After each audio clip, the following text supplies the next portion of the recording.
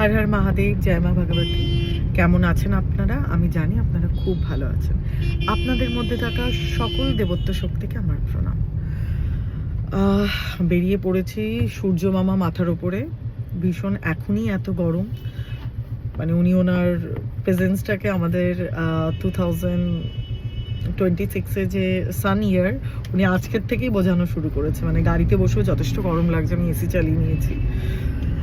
আর একটা কথা বলার, এই বছরটা যেহেতু সান ইয়ার, যত পারবেন সূর্যকে জল দিন, যত পারবেন বাড়িতে স্মাইলি সানের ফটো রাখুন ইস্টে, খুব ভালো। জানি যারা একটু সানের জাতক জাতিকা, যারা সান মানে তুলা রাশির লোকজন, মানে যারা এক শুধু তুলা রাশি বলে না, যারা এক মানে যে কোনো মাসেরই প্রথম দিনে জন্মেছেন, যাদের মূলাঙ্ক এক, তো তাদের একটু সাবধানে থাকতে হবে। তাদের মাথা খুব গরম হবে, তাদের একটু ইরিটেশন হবে, হেডেক হবে, আপনার খুব বেশিভাবে সূর্যের আলোতে একটু কি বলবো, ওটা মাইগ্রেন বলুন বা সাইনাস বলুন, বা মানে হেডেক খুব হবে। মানে গরমটা হয়তো জাস্ট আপনারা নিতে পারবেন না। আমি একেদের কথা বলছি, একের জাতক জাতিকাদের কথা বলছি। এই ক্ষেত্রে না, নিজের শরীরকে ঠান্ডা রাখবার জন্য এভরিডে মৌরি ভেজান, মৌরি ভিজিয়ে জল খান। আর আপনারা সকলে যদি পারেন মেথি ভেজানো, মেথি মৌরি একসাথে ভিজিয়ে জল খান। ইন্টারনালি আপনাদের প্রচণ্ড মানে কি বলবো, নিজেকে ঠান্ডা রাখতে হবে। আর আমরা যারা বাঙালি তারা এটা জানি যে কথিলা বলে একটা জিনিস পাওয়া যায়, তো ওই কথিলা ভেজানো জল, সেটাও খুব ভালো, সেটাও শরীর ঠান্ডা লাগে। তাল মিছরি ভেজানো, বাতাসা, গুড়। আমি এটা না আজকে আমি বায়োলজিক্যালি কথা বলছি, কেননা আমাদের এই বছরটা আমাদের প্রচণ্ড এনার্জি হাই থাকবে।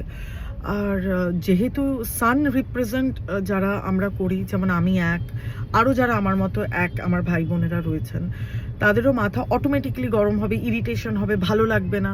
তো আমাদের ভেতর যত ঠান্ডা রাখবো আমরা, তত আমাদের নিজেদের শরীরের জন্য ভালো। আর এই বছর কিন্তু যারা আমরা একটু হাই এনার্জির তাদের কিন্তু মাথা গরম, হট করে হার্ট ব্লক হওয়া ইয়া হাই প্রেশার হওয়া, এগুলো হবে।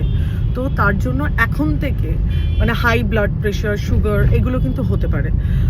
খুব যখন মানে মার্চ এপ্রিলের দিকে দেখবেন একটা অদ্ভুত ইরিটেশন থাকবে। যারা বাইরে কাজ করবেন তাদের মাথা ঘোরানো একটা অদ্ভুত, মানে এটা অন্যদের থেকে আমাদের একটু বেশি হবে। বিকজ অফ দ্যাট আমরা যেহেতু সানকে রিপ্রেজেন্ট করি।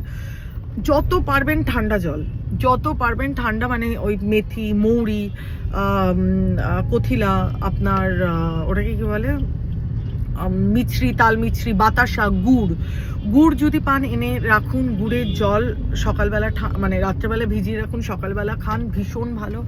আর একটা ব্যাপার, এটা খুব শুনতে একটুখানি কেমন লাগবে, বাট সত্যি সেটা বডির টেম্পারেচারকে একদম ইন্টারনাল মানে হাই টেম্পারেচারকে কন্ট্রোল করে পান্তা ভাত। যখনই দেখবেন, এখন শীতকালে মোটেই খেতে যাবেন না, যা ঠান্ডা পড়েছে। গরমকাল শুরু হওয়ার সাথে সাথেই রাত্রেবেলা ভাতটাকে ভিজিয়ে রাখবেন, ফ্রিজের নয় কিন্তু নর্মাল যেটা পান্তা ভাত। যদি ভাতটাও না খেয়ে যান, ওই জলটা খেয়ে যাবেন। ওই জলটা যে বডিকে কতটা ঠান্ডা রাখে সেটা বুঝতে পারবেন, করবেন। আর একটু সাবধানে থাকবেন। এই ইয়ারটা তো সত্যি মানে কিছু কিছু রাশির জন্য হর হর মহাদেব, আর বাকিদের জন্য যাদের, দেখুন আমি মনে করি রাশি বলুন, প্ল্যানেটস বলুন, সব আপনার মধ্যে। আমি যদি আমার কর্ম ভালো রাখি, আমি যদি রোজ নিজেকে ভালোভাবে প্রেজেন্ট করি, আমি যদি মানুষের জন্য ভাবি। আর একটাই কথা হচ্ছে, সমস্ত রাশি, সে যেই রাশি হোক না কেন, সে যেই জাতক জাতিকাই হোক না কেন, 1 হোক, 3 হোক, 10 হোক, 9 হোক, প্রত্যেকে যদি মহাদেবের লিঙ্গে জল ঢালা হয়, মানে মহাদেবকে যদি ওম নমঃ শিবায় করা হয়, রোজ যদি মহাদেবের মাথায় জল ঢালা হয়, তাহলে আমার মনে হয় যেটাই হোক না কেন, আমি যেই প্ল্যানেটসেরই হই না কেন, আমার কিচ্ছু যায় আসবে না। মহাদেব অলওয়েজ সবাইকে প্রোটেক্ট করেন। হনুমানজিকে একটু ডাকুন, মানে কিছু একটা করুন। মানে এমন কিছু নয় যে স্পিরিচুয়ালিটির বাইরে, কিন্তু এই বছরটা বুঝতেই পারছেন সানের ইয়ার মানে নতুন বিগিনিং। আমি আগেও বলেছি অনেক কিছু হওয়ার যায়, আবার অনেক পুরনো জিনিস আমাদের লাইফ থেকে শেষও হয়ে যাবে। তো সো আমি এটাই বলবো যে একটু স্পিরিচুয়াল থাকুন, ভালো থাকুন, মানুষের ইমোশন নিয়ে নাই হার্ট করা উচিত। ক্ষমা করতে শেখাটা খুব দরকার, সবাইকে ক্ষমা করে দিন।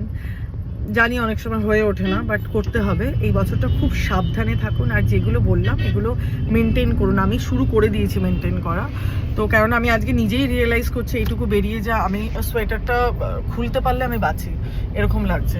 তো সো এগুলো একটু করুন, ভালো থাকবেন। আর বাস মহাদেবের শিবলিঙ্গে জল ঢালুন, ওম নমঃ শিবায়।